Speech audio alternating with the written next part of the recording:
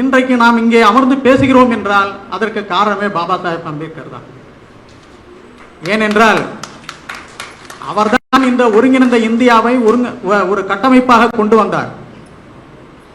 இல்லை என்றால் இந்த நாடு சின்னாபின்னமாக ஆகிறது.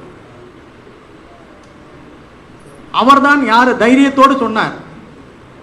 மற்றவர்கள் பாகிஸ்தான் கேட்கின்ற பொழுது பாபா சாஹேப் அம்பேத்கர் சொன்னார், அவர்கள் எல்லாம் பாகிஸ்தான் கேட்கின்ற பொழுது இந்துஸ்தான் கேட்பதில் என்ன தவறு என்று கேட்டார். வேற எந்த தலைவர்களாக கேட்டிருக்கிறார் என்று சொல்லுங்கள்.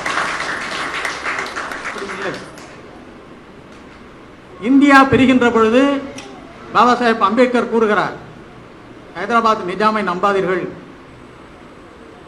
அங்கே அவருடன் சேர்ந்து பட்டியலினத்தவர் இந்தியாவுக்கு எதிர்ப்பாக நடந்தால் அது எனக்கு எதிர்ப்பாக இருப்பதாக நான் கருதுகிறேன். இந்தியாவினுடைய எதிரிகள் என்னுடைய எதிரிகள் என்று எந்த தலைவரும் சொல்லாத ஒரு சொல்லை பாபா சாஹேப் அம்பேத்கர் சொன்னார்.